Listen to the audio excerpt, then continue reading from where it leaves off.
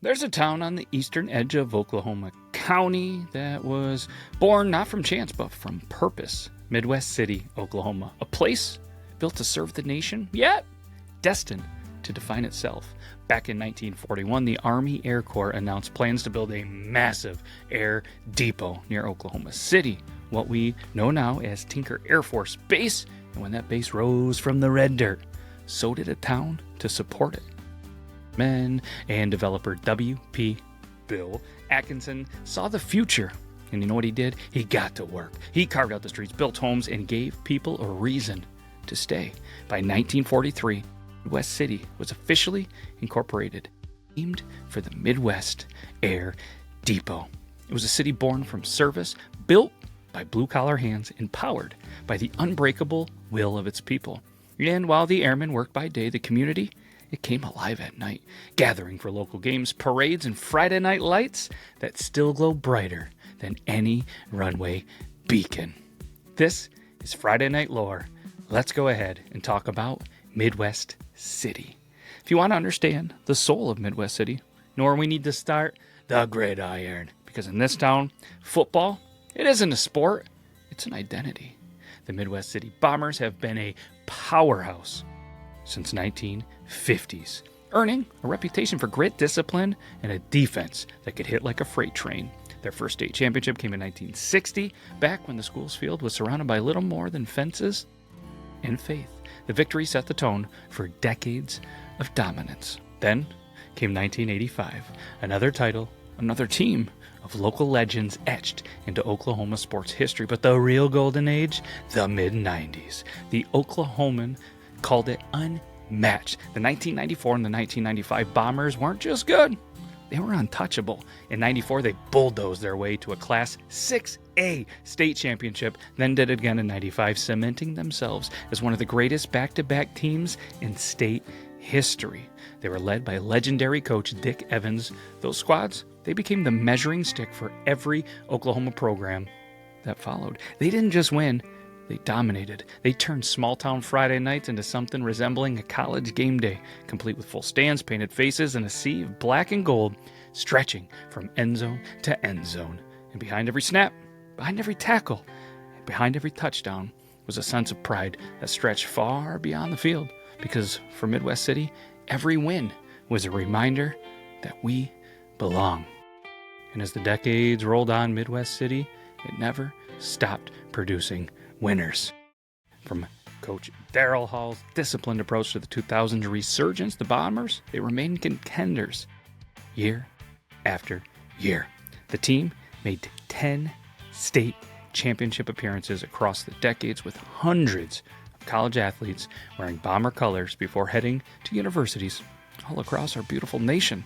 And it wasn't just the boys on the field. The Midwest City Lady Bombers basketball team, they built a legacy of their own.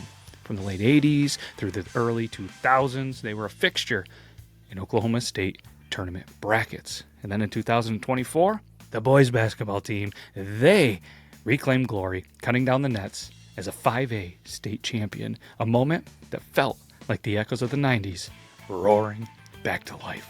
And you're thinking, all right, that's it, right? Nope. Let's talk about wrestling, because it's another pillar of Midwest City pride. The school became a factory for champions on the mat, competing in packed gyms where the air was as thick with chalk dust, sweat, and hometown pride. Every sport carried the same DNA: resilience, community, and the belief that hard work beats talent when talent, they don't work hard enough. And then in 1985, just a magical year, there was a kid named Mike Gundy who graduated from Midwest City High. He wasn't just a good quarterback, he was that guy. Under the bright lights, Gundy led the Bombers to the same kind of success that would later define his coaching career. He went on to start Oklahoma State University, rewriting passing records, and eventually took over as Cowboys head coach, becoming the winningest coach in school history and the face of the program for nearly 2 decades. Every time he walks the sideline, he carries a bit of that Midwest City grit with him, that same no-nonsense, all-heart attitude that was born under the lights of Rose Field.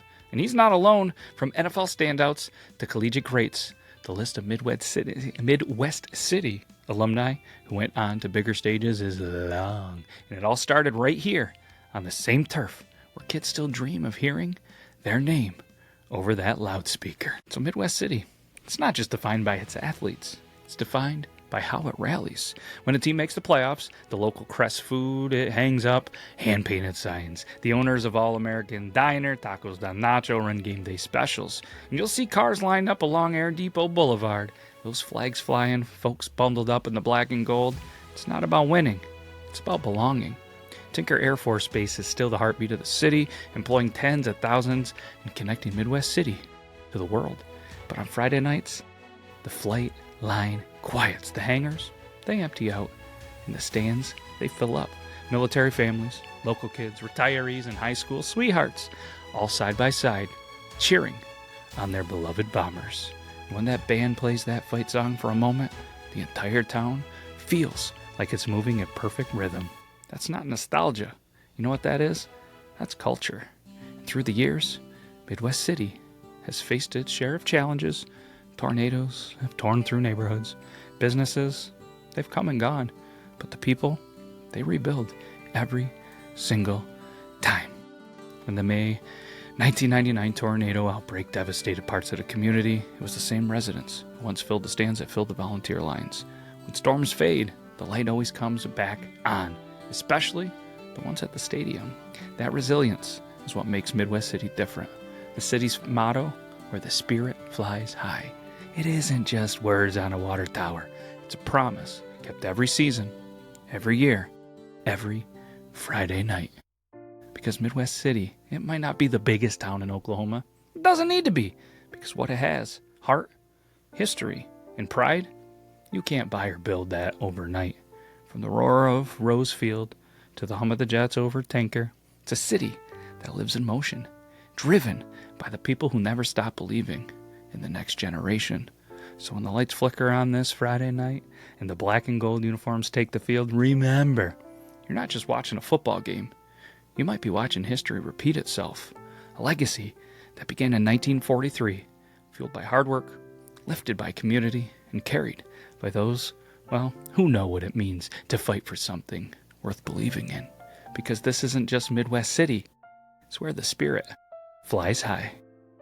And that's it for another Friday Night Lore. Guess what?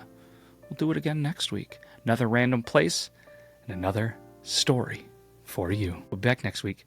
Take care, everybody.